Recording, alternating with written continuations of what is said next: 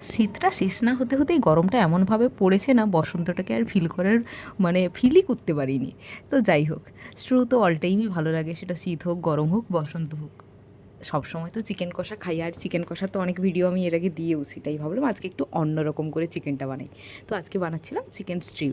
তো সেটার জন্য চিকেনটা ধুয়ে তাতে গোলমরিচ, আদা রসুনের পেস্ট আর অল্প একটু লবণ মাখিয়ে চিকেনটা ম্যারিনেট হতে রেখে দিলাম।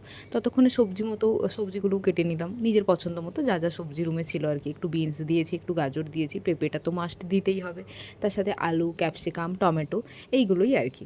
তো তারপরে একটু তেল দিয়েছি, অল্প পরিমাণে একদম তেলটা দিয়েছি, তেলের ওপরে একটু পেঁয়াজ, তারপরে একটু আদা রসুন আর একটু তেজপাতা, গোটা গরম মশলা সমস্ত কিছু দিয়ে মশলাটা অল্প করে কষিয়ে নেব। হলুদটা কিন্তু একদমই আমি দেবো না। তো এটা কিন্তু দেখতে একটু সাদা সাদা হলেও খেতে কিন্তু অসম্ভব ভালো হয়। এবার আমরা বাঙালিরা একটু সাদা সাদা দেখতে, হলুদ না হলে, কালারফুল না হলে আমাদের তো খেতে ভালো লাগে না। বাট এটা যখন ফার্স্ট টাইম আমি ট্রাই করেছিলাম, আমার দেখেই কেমন লাগছিল, বাট টেস্ট করার পরে এতটাই ভালো লেগেছিল যে এটা আমি প্রায়শই বানিয়ে খাই। আর অনেক হেলদিও হয় যেহেতু। তো সমস্ত কিছু মশলাগুলো একটু ভাজা ভাজা হয়ে গেলে ম্যারিনেট করে রেখেছিলাম যে চিকেনটা, ওটা দিয়ে দিলাম। ওটাও একটু 2-3 মিনিট ভাজলাম। চিকেনের কালারটা জাস্ট চেঞ্জ হলেই কেটে রাখা যে সবজিগুলো ছিল ওগুলোও দিয়ে দিয়েছি। অল্প একটু নুন দিয়ে ওগুলোকে 7-8 মিনিট মতো একটু জাস্ট কালার চেঞ্জ হওয়ার মতো ভেজে নিলাম। ওটা ভাজা হতে থাক। তো তার মাঝখানে একটু কর্নফ্লাওয়ার আমি জলে গুলে নিয়েছিলাম। বাস এটুকুই যা ছিল। সবজিগুলো ভাজাটা অল্প একটু হয়ে এলে শেষের দিকটাতে আমি যেটা হচ্ছে ক্যাপসিকাম আর টমেটোটা দিয়েছি, প্রথম থেকে দিয়ে দিইনি, কারণ তাহলে আরও ও স্মেলটা চলে যাবে আর কি, আর বেশি সেদ্ধ হয়ে যাবে ওটা। তো সেই মতো সমস্ত কিছু সবজিগুলো দেখো ভাজা হয়ে এসছে। ভাজা হয়ে গেলে সেদ্ধ হওয়ার মতো জল একদম ভরে দিয়ে দিয়েছি।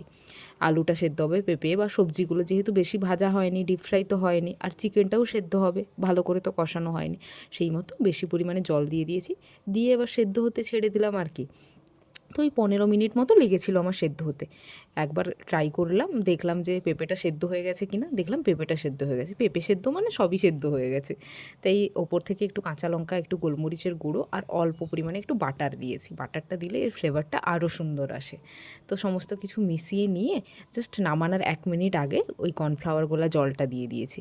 দিয়ে 1 মিনিট মতো ফুটিয়েই নামিয়ে নিয়েছিলাম। এটা না তোমরা পাউরুটির সাথে খেতে পারো বা এমনি রুটির সাথেও খেতে পারো, ভাতের সাথেও খেতে এটা খুবই ভালো হয়।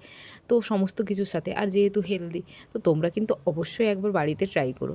আর যারা যারা এটা খেতে পছন্দ করো তারা অবশ্যই আমাকে জানিও। আজকে এ পর্যন্তই, বাই বাই।